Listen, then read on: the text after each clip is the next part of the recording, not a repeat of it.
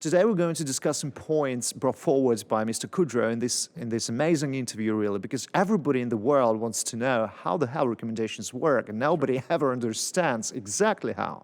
So from time to time, Google on YouTube would make these processes more clear and understandable for the audiences and for creators, first of all, because this is crucial for creators to understand how to make a video more recommendations friendly. We really expect the rise of this new to you feature because I think it's kind of a game changer. I hope so, at least. That's right.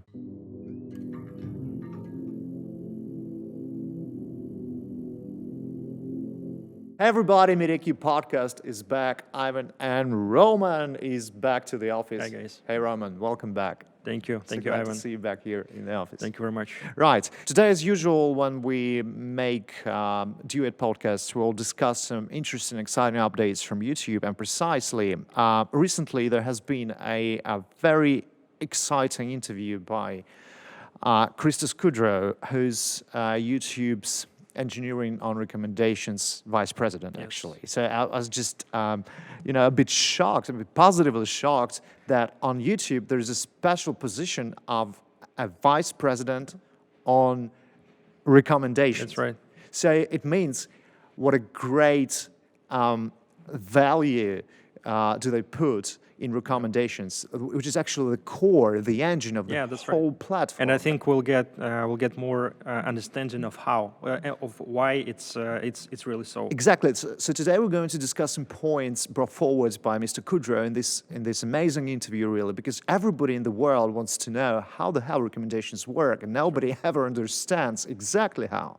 So from time to time, Google on YouTube would make these processes more clear and understandable for the audiences and for creators, first of all, because this is crucial for creators to understand how to make a video more recommendations friendly, because this is crucial for your success. So from time to time, YouTube would reveal this secret knowledge, and we are happy to... Or at least give us some hints on what to pay more attention. Right, and so and tonight we're bringing this secret knowledge over to you on our podcast. Maybe it happens because, Facebook and Instagram does the same thing. Yeah. Maybe this happens because Facebook and Instagram do pretty much the same thing once in a while. So YouTube just don't want to be let's hope that it's going to be a worldwide trend when all the platforms are going to reveal something. Yeah. For us to better understand how it really works. That's right. So it's getting more and more transparent, which is absolutely great. Right. So tonight we're discussing recommendations, the core of user experience and the core of creator success on YouTube. That's right. Right. So the first question we'll discuss is actually very important. I want you to clarify this for you as well, guys, for creators. First of all, that all of you pay great attention to retention, right? Yes. Retention in your YouTube studio is measured in percent. Yes. Retention means how much time, it means the proportion of how much time a viewer watches your video, right? And it's measured in percent. Like, for example, if you have a 20-minute long video and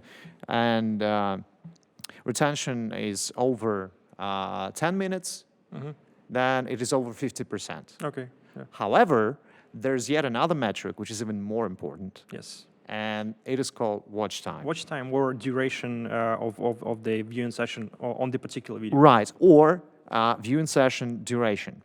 I know a lot of people, a lot of creators around me who actually mix those two things up because they're really very much the same, but they are critically different. That's right. So let's explain our guys what's the difference and how retention and viewing session time influence recommendations based on the interview by Mr. Kudrow. Well, actually, we all know that watch time is one of the most important metrics currently on YouTube, and it didn't change really. But when we're talking about this comparison between retention and the watch time itself on the particular video, for example, let's take a video that is 10 minutes long, and the retention is like 30%, which means 3 minutes. Right. And let's take the video of 5 minutes long, and the retention of 50%, which means 3 minutes. which means let's make it the same. Okay, Yeah. 3 minutes. But it's 50 against Yeah. 30. It's the same amount of watch time, 3 minutes versus 3 minutes. Yeah. But we take videos of 5 minutes long and 10 minutes long, and the VP of engineering on recommendations, he says that it doesn't really matter the exact duration of the video, because what matters is the viewer satisfaction. All right. And what they try to measure right now, they're trying to make this kind of service when they are pushing these kind of notifications to the viewers after they saw that video, and when they try to put from 1 to 5 stars to the video they watched, and this way they try to measure their satisfaction.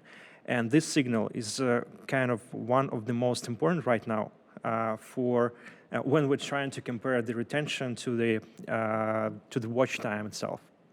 Okay. So they always try to tell us that viewer satisfaction that is measured not only through these polls, through this service, but also through the engagement, through the likes, through the tone of comments, or something like that. And if the algorithm understands that the viewer is satisfied with his viewing session, even if the retention, for example, is 30%, this video is going to be recommended to the wider audience of similar interests or something like that. Right. Say we're starting to have a third party here. Like we're talking about retention versus watch time, and now we're having user satisfaction. So these are three whales that recommendations are based upon. But if we talk about what is more important in this respect, retention or watch time or user experience, what would you put first, second, and third? Viewer satisfaction. Viewer satisfaction. Yes. One, then watch time, or you can just. And it's those two metrics are not really cannot really influence the recommendations, because what is measured is how the viewer is really satisfied, and it doesn't matter the actual retention on the video. I see. If the viewing session is of similar length. Yeah, guys, but if you are proud about your retention, as a lot of creators are, me especially, like it's over 50%, up to 60%, you know, it is still of you. It matters. It matters a lot. Yeah, a lot for recommendations. First, second, it really matters for sponsored deals. For sure. Yeah, because it's not necessary for you then, if you have great retention, like a great watch time session. It's not necessary for you to follow the exact technical brief from an advertiser who would at all times make it obligatory to put integration within the first couple of minutes. Then you can just show him your retention and say, hey, no, it's bad to put integration within the first 2 minutes because it will just drive people away. See, my videos are being watched until up to 60%, so we can integrate it more natively somewhere in the middle, and it will be much better. So use it. Correct. Use it. It really matters. Just to clarify this thing, we're not telling that retention is not really, like viewer satisfaction is on the first place, but definitely retention is very important too. And you definitely need to work on your retention if you see that your audience is like 25%, 30%. Duration watches only 25-30% of your video. You still need to work on it. You need to understand why the audience leaves your video. Maybe the point is that they're trying to skip some parts of your video, or maybe they're leaving on the particular moment. So you just need to go to YouTube Analytics and analyze your retention, because you can see the exact points where the audience leaves the video. And you need to figure it out. And you need to work on it, definitely. But it's not going to be the key factor on the recommendations, because as we said, as the VP of engineering on recommendations said, it's viewer satisfaction comes first. And as long as everything on YouTube is hugely personalized, so it will matter. That's right. So everything is important, really, on YouTube. There was another great question discussed. How long does it take, on average, for a video to be picked up by the recommendation algorithm? This is critical for new creators. For new channels, Yeah. So they say they are trying to find the proper audience right from the very beginning. But as we all can see, that it doesn't work that way. But it's good to know that they're trying to fix it, and they're trying to provide featuring even for new content and for new channels, for like novice creators. Right. And if there is not enough information on this or on that particular video, on that particular creator, so the recommendations just do not have like proper audience to push it to. So that's why you need to add some additional ways of how to get your videos featured, like Google Ads, when you're trying to target the audience that you're looking for, based on like the places where you're going to target it. For example, you have a set of channels, and you know that this audience is going to be is going to like your videos, so you're trying to target this audience. When you make collaborations with other channels, when you're trying to get the featuring in the community tab from the channel with similar audience, and all these factors will matter on how your videos, your future videos are going to be recommended. Because if your former videos have this kind of history of the right audience watched it, so it's going to be pushed to this audience. So, but it doesn't. It works like this currently. And if the VP says that they're trying to work on it and give more featuring right from the very beginning, so it's a very good thing to know. Yeah, definitely. I believe any platform is interested in getting new users and new creators on Yep. it. And we're also discussing. Maybe we'll discuss this later. The need to you feature. Yeah. But let's do it later. We can right discuss now. it now, yeah, because it's just kind of key extracts from this interview, because it's a very important thing. We have already discussed it with Ivan. I think you're going to see the info card right here.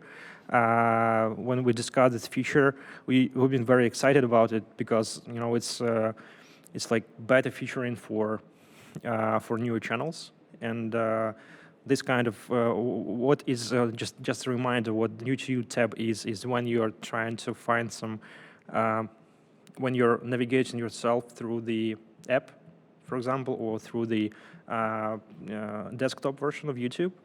You will see the additional tab that is called New to You, and you will find there the channels that you haven't been watched yet, but that might be interesting to you. And it's not really based on the like common set of triggers that that recommendation system use, because it's going to be on the main page, normal recommendations based on the videos that you watched, based on the interests and something like that. And YouTube feature is something like totally new that you might like, and it's a good way, like to try to find something that you haven't watched yet, but that might be, like that you might fall in love with this content or something like that. That's right. Yeah, and this is very important. So, guys, if you are new on YouTube, and we really expect the rise of this new to you feature, because I think it's kind of a game changer. I hope so, at least. That's right. There was another tricky question that I believe a lot of YouTube users have come across, is that when you actually don't want to watch PewDiePie or Mr. Beast or A4, but it's still your recommendations. It's recommended to you. So how come is that, sir? I mean, if you haven't ever watched this kind of entertainment content for teenagers, but it's always on your recommendations, how come? Yeah. Well, actually, this is the conclusion that we can make from the thing that we have just discussed. If there is enough information for the previous video of this particular channel, so the algorithms can find the proper audience for this or that channel, and they are trying to give it, like huge promotion, because it has a very good history of former interactions with the audience. Even if you are not that very guy who will like this channel, you'll still get into this set of recommendations, because it's just so much information on this creator, and even if touches you on like a very tiny bit of something similar with the rest of the audience, is going to be recommended to you anyway. Yeah, right. And still, they tell us they're trying to fix this, to give more featuring to the newer channels, and they're going to do this through the New to You tab. Right. So they understand this is a kind of a problem for user experience. Yeah, that's right. Yeah, which is great. Absolutely. Right. Now, another interesting thing that we've also touched upon a couple of times before, and we were trying to tell this to you guys, especially to those of you who still pay great attention to subscriptions, that it's just the wrong way It's a great mystery to do. Is a great mistake and a great mystery. Yeah, the mystery is whether subscriptions still matter. Yeah. But judging by this interview and information that we get from YouTube, the further we go, the less subscription mean. Yeah, let's not forget that we're talking about the recommendations right now. Yeah. Because subscriptions, they do matter. When you are that user, that viewer who would like to get notifications from the channel, or you're constantly using the subscription feed on YouTube, so the subscription button is definitely the one that you're going to push more often than other viewers, because for me, I can notice that I am not subscribed to any of the channels that I constantly watch right now. Yeah. Because I don't need it.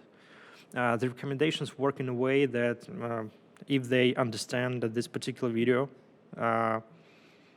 I would prefer to the set of the other ones, and I can see that my recommendations list sometimes is very great at this point, and I don't really need to subscribe to the channels.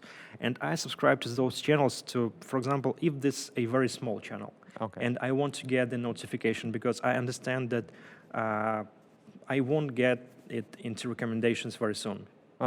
Because the algorithms just do not have enough information on this video, to constantly recommend it to me, because the competition is very great, is very high. But still, yes, you can still incentivize or somehow, tell your audience to subscribe to your channel. It will matter, at least to the sponsorship deals. Yeah. And it will matter if the viewer is, want to get the notifications. And we know that 10% of those who are subscribed, they push this notification button, and they would like to get notifications from your channel. And they will watch it anyway. Yes. Or there's more chance that they want to get the notification. It means that they're waiting for the videos. Yeah. So this is the conclusion which actually means that this audience is more engaged, and the more engaged audience you have, the more engagement rate you will have at the end, the more recommended your video will be, because as we've discussed at the very beginning of the podcast, it's very important for the newer channels to have the initial subscribership, because they will create that core understanding for algorithms about your video. And if it works great, they get notifications. They get this on somewhere on the main page. They start to watch your video, and algorithms collect this data, and they will then be able to push your video to a wider audience. Yeah. So at the beginning, subscribers, they will really matter. Yeah. But when we're talking about the channels like PewDiePie or A4, for them it's just a game. Yeah. They just want to have as many subscribers as they can get. Yeah. And but they won't really. They don't really need it to be featured, to be recommended, and to get to suggested and etc. Yeah. They just need it, to tell everyone that I'm the big. biggest community in CIS. Yeah, that's right. But still, there's another question about this that I actually didn't know mattered. Is the ratio of views to subscriptions, like view to sub percentage. As far as I understand, if this ratio is span is very big, if you have fewer views than subs, this is very bad, right? Or how does it work? No, absolutely not. Because we can see this based on PewDiePie or A4. They do not get as many views as definitely. As they have subscribers, and it doesn't really matter. And there is no it's not even that trigger that you should pay attention to. I got you. So it's just it's like another metric that you can notice, but it won't really affect your videos. All right, so that was basically it. But we raised a curtain a bit on the stage of YouTube recommendations. So let's make a sum up of what we've learned today. So in the first place, we'll definitely leave the link in the description, and you will watch the original video. It's not long; it's just 13 minutes long. So just give it some time and get more understanding of how it works. I would see two things that are the most important right now. That the main conclusions from this. Everything on YouTube is personalized, and they trying to and every set of recommendations, every set of everything that you can see on your main page or in the suggested videos, everything is personalized and it differs from viewer to viewer. So it's very important to understand that there are no Universal things. Universal things, yeah, that's right. And the second thing is that the New to You tab is going to be kind of a game changer in the future, because YouTube is trying to find the ways how to give more featuring to newer channels. And it's very important, for new creators who are just trying to find their niche on the platform. And even if especially when the channel is a niche channel, it's very important for him to get featuring, because it's very hard to find the proper audience, because there is no competition within this niche, and there is no audience that really can potentially like it, because algorithms just don't know how to recommend this particular channel. That's why New to You tab is going to be huge. I hope so. Yeah, that's right. So, right, thank you, Roman, for clarifying this couple of points. Thank the Christos Kudrow. Thank you, Mr.